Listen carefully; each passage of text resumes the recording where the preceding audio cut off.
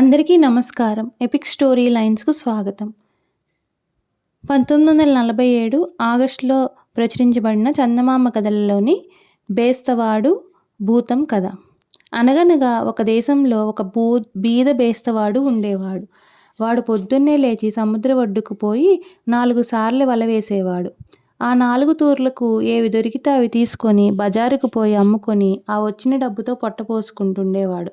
ఒక్కొక్క రోజున ఒక్క చేపైనా దొరికేది కాదు. అయినా వాడు ఇవాళ నాకు దేవుడేమీ ఇవ్వలేదు అనుకుని తృప్తిగానే ఇంటికి వెళ్ళేవాడు. ఒక రోజున వాడు మామూలుగా సముద్రానికి వచ్చి వల వేశాడు. మొదటిసారి వలలో వాడికి చచ్చిన కుక్క వచ్చింది. రెండోసారి వేశాడు, ఎండ్రకాయలు పడ్డాయి. మూడోసారి వేశాడు, బొమ్మరాళ్ళు నత్తగువ్వలు వచ్చాయి. నాలుగోసారి దేవుణ్ణి తలుచుకుంటూ మళ్ళీ వల వేశాడు. ఒక ఇత్తడి కూజా దొరికింది. వాడు అది చూచి చాలా సంతోషించాడు. ఇది అమ్ముకుంటే 100 చేపల ఖరీదన్నా రాకపోతుందా అనుకున్నాడు. కూజాకు మూత వేసి చుట్టూ తాడు కట్టి ఉంది. అది చూడగానే వాడికి ఒక ఆలోచన కూడా తట్టింది. ఈ కూజా నిండా ఎవరైనా మోహరీలు పోసుకొని ఉండకూడదా అనుకున్నాడు. అనుకొని వాడు తాడు విప్పాడు. తాడు తీసివేయగానే మూత దానంతటదే ఎగిరి వచ్చింది. బేస్తవాడు ఆశతో కూజాలోకి చూశాడు. అతనికి దాంట్లో పొగ తప్ప మరేమీ కనిపించలేదు. కానీ క్రమంగా అది బయటికి రాసాగింది. అది అట్లా వచ్చి ఆకాశం ఎత్తుకుపోయింది. ఆ తర్వాత ఆ పొగంతా ఒక చెట్టుకు చేరి పెద్ద భూతమయింది. పాపం ఆ బెస్తవాడు భూతాన్ని చూడగానే భయపడి పారిపోదామనుకున్నాడు. కానీ భూతం పోనివ్వలేదు. ఓ రాజా, నీ మాట ఇక ఎప్పుడూ వింటానురా అని అన్నాడు. బేస్తవాడికి ఆశ్చర్యం వేసింది. ఎవరిని నువ్వు పిలిచేది? నేను రాజుని కాదు అన్నాడు. నువ్వు సాలమరాజువు కాదా అని అడిగింది భూతం. ఊహు, ఆ రాజు 1000 ఏళ్ల కిందటే చచ్చిపోయాడు. నేను బెస్తరాజుని. ఈ మాట విని భూతం ఆకాశం దద్దరిల్లేటట్లుగా నవ్వి, బేస్తరాజువా నువ్వు? అయితే ఉండు, నిన్ను తినబోతున్నాను అన్నది. బెస్తవాడు గజగజ వణికిపోతూ, నన్ను చంపుతావా? ఎందుకు? నిన్ను ఈ కూజాలో నుంచి వదిలిపెట్టినందుక? నేను చేసిన మేలుకు ఇదేనా నువ్వు చేసే సహాయం అన్నాడు. ఇదే, నిన్ను తినక తప్పదు. అయితే నీవెట్లానో చావబోతున్నావు కాబట్టి ఒక వరం కోరుకో, నీకు ఆ వరం ఇస్తాను. అయితే నీ కథ తెలుసుకోవాలని ఉంది, చెప్పు అన్నాడు బెస్తవాడు. విను చెప్తాను. పూర్వం నేను మంచి భూతాన్ని. సాలమన్ రాజు నన్ను పొగగా మార్చి ఈ కూజాలో బంధించి నన్ను తీసుకువెళ్ళి సముద్రంలో పారవేయించాడు. నేను అప్పుడు ఎవరైనా వచ్చి నన్ను ఈ కూజాలో నుంచి వదిలిపెడితే వాడికి పెద్ద సహాయం చేద్దామనుకున్నాను. చాలా కాలం ఎవరూ రాలేదు. ఇక నాకు కోపం వచ్చింది. ఈ మాట ఎవరైనా వచ్చి నన్ను వదిలిపెడితే వాడిని చంపేద్దామనుకున్నాను. నువ్వు వచ్చి వదిలించావు. నేను నిన్ను చెప్పక తప్పదు అన్నాడు.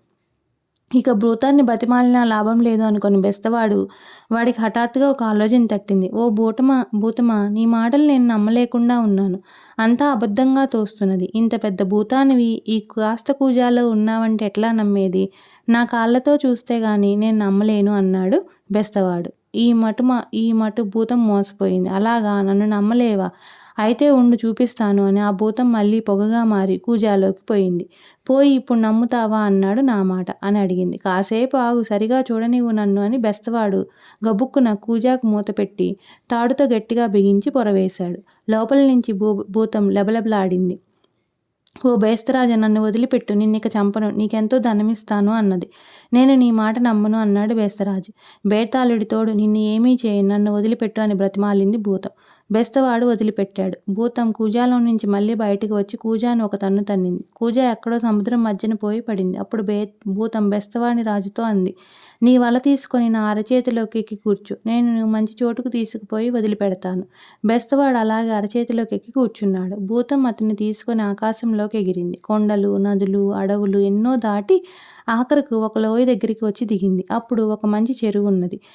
నీళ్లు అద్దంలాగా తెల్లగా ఉన్నాయి. భూతం బెస్తవాడితో, నువ్వు రోజు ఇక్కడ ఒక్కసారి వల వేసావనుకో, 4 చేపలు పడతాయి. అవి తీసుకెళ్లి పక్క రాజుకు అమ్ముకో. అతను నీకు బోలెడు డబ్బిస్తాడు. నీకింక దరిద్రం ఉండదు అన్నది. తర్వాత భూతం నేలను ఒక్క తన్ను తన్నింది. భూమి 2గా బద్దలైంది. భూతం దాంట్లోకి పోయింది. భూమి మళ్ళీ మూసుకుంది.